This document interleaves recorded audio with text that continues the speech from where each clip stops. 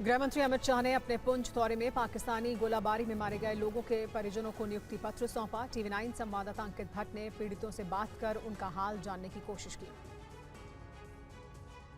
गृह मंत्री अमित शाह पुंछ पहुंचे। इस दौरान गृह मंत्री की तरफ से लोगों से बात की गई, इफेक्टेड फैमिलीज से बात की गई और उनको यहां पर नियुक्ति पत्र जो है वो भी सौंपा गया। ये तस्वीरों में आप देख सकते हैं गृह मंत्री की तरफ से जो नियुक्ति पत्र है वो दिया गया। और अपने प्रधानमंत्री जी के और अपने LG साहब के हम तहे दिल से शुक्रगुजार हैं कि जो उन्होंने हमारी वक्त पे मदद की, गरीब आवाम की। और भी लोग हमारे साथ मौजूद हैं। पहले भी मैंने आपसे बात की है, आप वैभव की मदर हैं। आज गृह मंत्री आपसे मिलने खुद आए।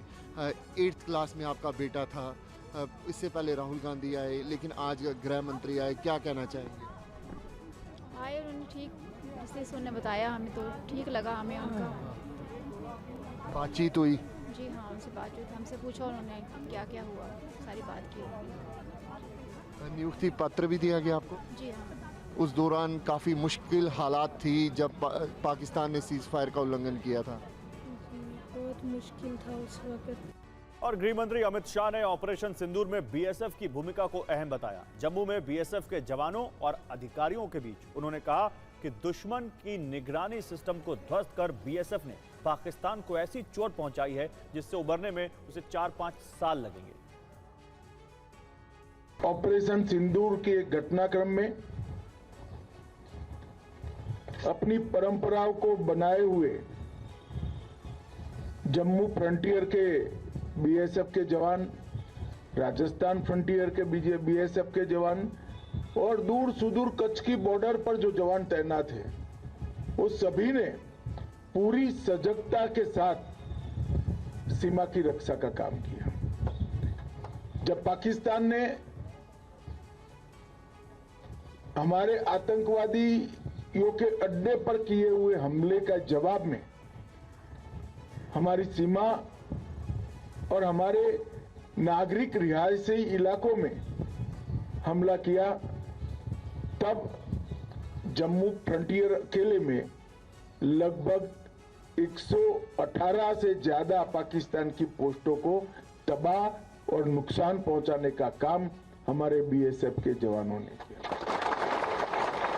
उनकी संपूर्ण निगरानी प्रणाली चुन कर आपने ध्वस्त कर दी। रक्षा मंत्री राजनाथ सिंह आज INS विक्रांत पहुंचे, नेवी के जवानों से मुलाकात की। जवानों को संबोधित करते हुए राजनाथ सिंह ने कहा कि पाकिस्तान हाफिज जैसे आतंकियों को भारत के हवाले करे। पाकिस्तान के हक में यही बात होगी कि वह अपनी जमीन पर चल रही आतंकवाद की नर्सरी को अपने हाथों से उखाड़ देंगे।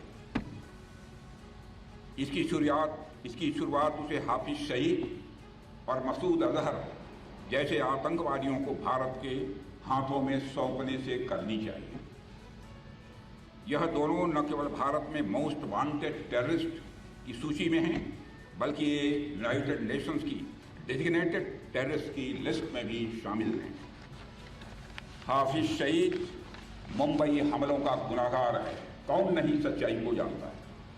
समुंदर के रास्ते मुंबई में मौत बरसाने का जो गुनाह उसके संगठन ने किया है, बहन भाइयों, उसको आज भी हम भूले नहीं हैं। मेरे देश के बहादुर जवानों, उसका इंसाफ होना चाहिए और मैं मानता हूं कि कभी न कभी उसका इंसाफ होकर रहेगा।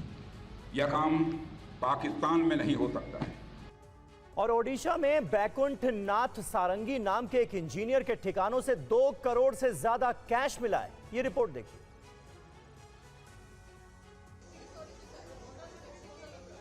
नोटों की गिनती के लिए हाथ कम पड़ गए, मशीनें लगाई गई। नोटों का ये जखीरा विजिलेंस की टीम ने जब्त किया है।